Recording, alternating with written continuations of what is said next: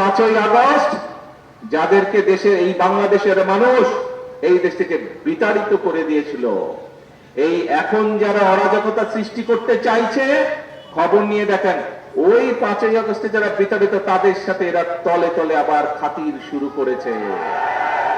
যেইভাবে 96 সালে করেছিল, যেইভাবে 86 সালে করেছিল, তাদের সাথে আবার নতুন কয়েকটি লেজও গজিয়েছে, সুন্দর ছোট ছোট লেজও গজিয়েছে। 3-4 দিন আগে ঢাকায় একটি অত্যন্ত অন্যায়, অত্যন্ত দুঃখজনক একটি হৃদয় বিদারক একটি ঘটনা ঘটেছে। একটি ছোট্ট বাচ্চাকে কিভাবে হত্যা করা হয়েছে দেখেছেন। এখন আমরা প্রথম থেকে বলে এসেছি যে আইনের দৃষ্টিতে কোনো ব্যক্তি যদি অপরাধ করে তার শাস্তি পেতে হবে। আইনের শাসন আমরা প্রতিষ্ঠিত করতে চাই। কিন্তু প্রিয় ভাই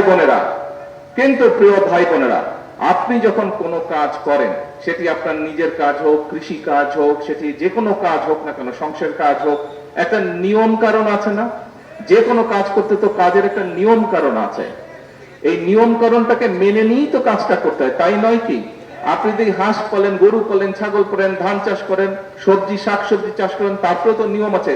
কখন আপনি বীজ বুনবেন, কখন আপনি পানি দিবেন, কখন আপনি সার দিবেন, নিয়ম কারণ আছে না? ঠিক যে কোনো অন্যায়কারীর তাকে শাস্তি দিতে হলে, তাকে তার বিচার করতে হলে সরকারের কতগুলো নিয়ম কারণ আছে। এখন আমরা খেয়াল করেছি প্রিয় ভাই বোনেরা, গত কয়েকদিন ধরে কিছু সংখ্যক মানুষ, আপনারাও খেয়াল করেছেন, পত্রপত্রিকায় দেখেছেন, আপনারা রেডিও টিভিতে দেখেছেন, আপনারা কিছু সংখ্যক মানুষ একটা পরিস্থিতি তৈরি করার চেষ্টা করছে। রাস্তাঘাট বন্ধ করে দিচ্ছে, যানবাহন চলাচল বন্ধ করে দিচ্ছে, এখানে আগুন ধরাচ্ছে, ওখানে উত্তেজনা সৃষ্টি করছে। এই কাজগুলো যাতে তারা করে, তাহলে আপনারা কি মনে করেন, প্রথমে কি আইনের শাসনকে তারা বাধাগ্রস্ত করছে না? আইনকে আইনের মতন কি চলতে দিচ্ছে না। প্রিয় ভাই বোনেরা, আমরা খেয়াল করে দেখেছি যে এই যে অন্তর্বর্তীকালীন সরকার যখন ক্ষমতায় ছিল, এই 12 তারিখের নির্বাচনের আগে যে অন্তর্বর্তীকালীন সরকার ছিল, সেই সময় আমরা দেখেছি দেশে কয়েকটি দুঃখজনক এরকম অন্যায় ঘটেছে।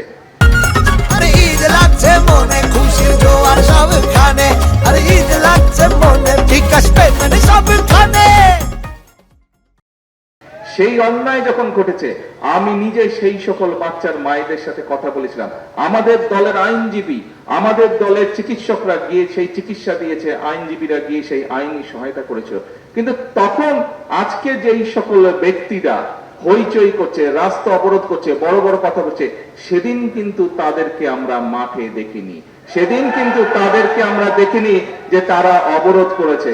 তাহলে কি আমরা ধরে নেব আজকে যেহেতু জনগণকে 12 তারিখের নির্বাচনে বাংলাদেশের জনগণ যেহেতু বিএনপিকে ভোট দিয়ে সরকার গঠন করতে ক্ষমতা দিয়েছে, সেই জন্যই তাদের জ্বালা হচ্ছে এবং এই জ্বালার কারণেই তারা এই সব কর্মকাণ্ড করছে, তাই তো আমরা ধরে নেব, তাই নয় কি?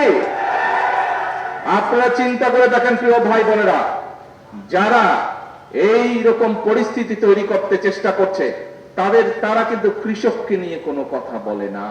যারা একটা ঘোলাটে পরিস্থিতি তৈরি করতে চেষ্টা করছে, তারা দেশের মানুষের কর্মসংস্থান নিয়ে কোনো কথা বলে না। যারা এই ধরনের পরিস্থিতি তৈরি করার চেষ্টা করছে, রাস্তাঘাট বন্ধ করে দিয়ে অবরোধ করার চেষ্টা করছে, তারা কিন্তু কৃষকের খাল কাটার কথা বলে না, তারা কৃষক কার্ডের কথা বলে না। যারা এই ধরনের অরাজক পরিস্থিতির সৃষ্টি করার চেষ্টা করছে, তারা কিন্তু ছোট ছোট গ্রামের মাসুম বাচ্চারা কিভাবে স্কুলে খালি পায় যায় সেই দিকে তাদের খেয়াল নাই, তাদেরকে নতুন পোশাক দেওয়ার কথা বলে না। প্রিয় ভাই বোনেরা, আজকে যারা দেশের এইরকম পরিস্থিতি তৈরি করতে চায়, তাদের ব্যাপারে আপনাদেরকে সতর্ক থাকতে হবে, কারণ তারা অরাজক পরিস্থিতি সৃষ্টি করতে চাইছে। তারা যদি অরাজক পরিস্থিতি সৃষ্টি হয়, এই খাল কাটা বন্ধ হয়ে যাবে সারা বাংলাদেশে। ক্ষতিগ্রস্ত কে হবে? তারা যদি অরাজক পরিস্থিতি সৃষ্টি করে, তাহলে ফ্যামিলি কার্ডের যে বিতরণ, সেই বিতরণ বন্ধ হয়ে যাবে। ক্ষতিগ্রস্ত কে হবে? তারা যদি অরাজক পরিস্থিতি সৃষ্টি করে, তাহলে কৃষক কার্ডের বিতরণ বন্ধ হয়ে যাবে। ক্ষতিগ্রস্ত কে হবে?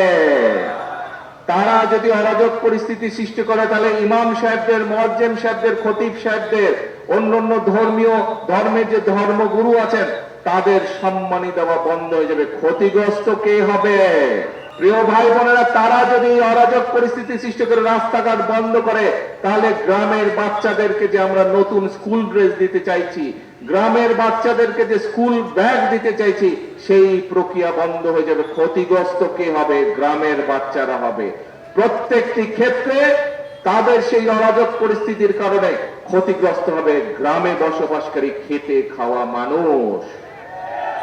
প্রিয় ভাই বোনেরা, সেই জন্যই আজকে আমাদেরকে সতর্ক হতে হবে।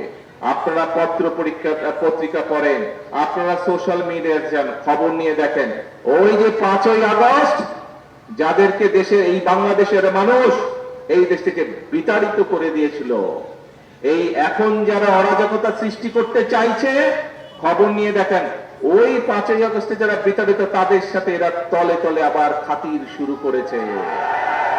যেইভাবে 96 সালে করেছিল, যেইভাবে 86 সালে করেছিল, তাদের সাথে আবার নতুন কয়েকটি লেজও গজিয়েছে, সুন্দর ছোট ছোট লেজও গজিয়েছে।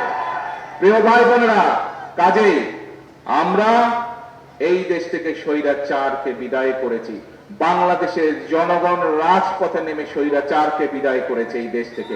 যেই স্বৈরাচার বাংলাদেশের মানুষের ভোটের অধিকারকে কেড়ে নিয়েছিল, যেই স্বৈরাচার বাংলাদেশের মানুষের কথা বলার অধিকার কেড়ে নিয়েছিল, যেই স্বৈরাচার বাংলাদেশের খেটে খাওয়া মানুষ, গ্রামের বসবাসকারী মানুষের সকল প্রকার উন্নয়ন বলা যায় বন্ধ করে দিয়েছিল, সেই স্বৈরাচারকে এই বাংলাদেশের মানুষ, ছাত্র জনতা এক রাজপথে একত্রিত হয়ে তাদেরকে এই দেশ থেকে বের করে দিয়েছে।